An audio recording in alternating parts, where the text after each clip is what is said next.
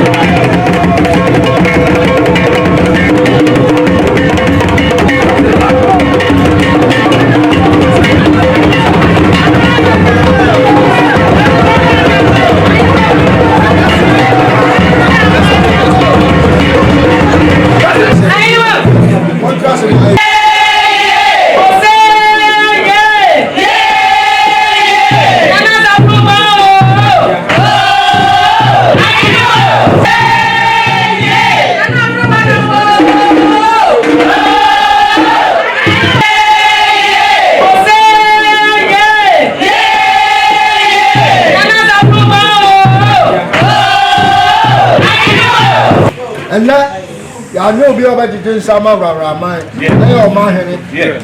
That's a bread, Sarfro Baah. Yeah. So, we got our mind. Yeah. Then she ain't to be in fancy, then to be in copper. Yeah. Yes, to be good. A firm, and I will go Saturday. Yeah. No, I have brand here, papa. Yeah. I am out for another one. Boy, papa.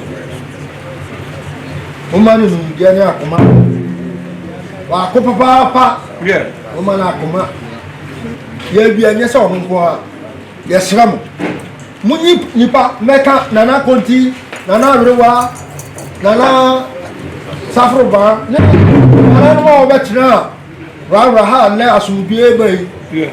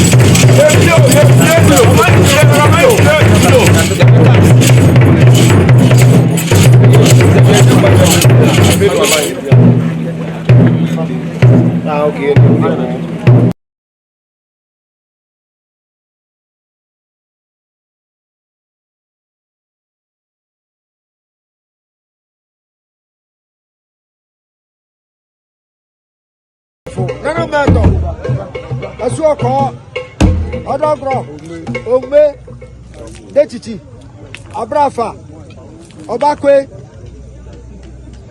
Awa, Abu Asia Raw, Monseni, Nana Subote, the Dawase, San Ye, Martimia Tayet, yes, Remo, yo, Preso, that's a bra, Sarfro Baah.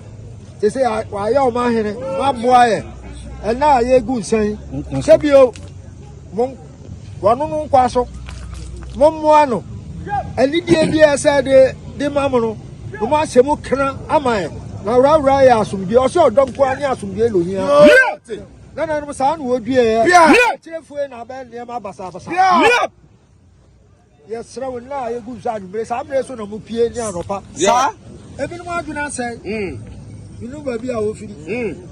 Say, I also say, I see you. Yeah, say, you putting your own sacra on my mechanic. Yeah, Sabio, Nana Saforo Baah. When you tell me, dear, or man, or also, or castle, be some sort of die. Yeah, be a chronic letter, and then any ever sacra. Sir, very good say, no, no more can Nana Conti. No, Nana Monka or Canu, you know, what may be Macano. No. So, wow, I'm on it. Yo, what I can walk off from Castle. Yo, yeah, 5 times. No more, Nana Saforo Baah. Yeah, yeah, let me get my boy. Yeah, yeah, I'm on here, Mamma. Yeah, I made a chat to say, but you can't. Yeah, I am quite prepared. Yeah, now me good say one more. Yeah, now what done with Rara man? Yeah, only when you watch Rara. Yeah, now Rara found the time of Afro. Yeah, when you put for the yeah. Yeah, I do a same of the I do wow.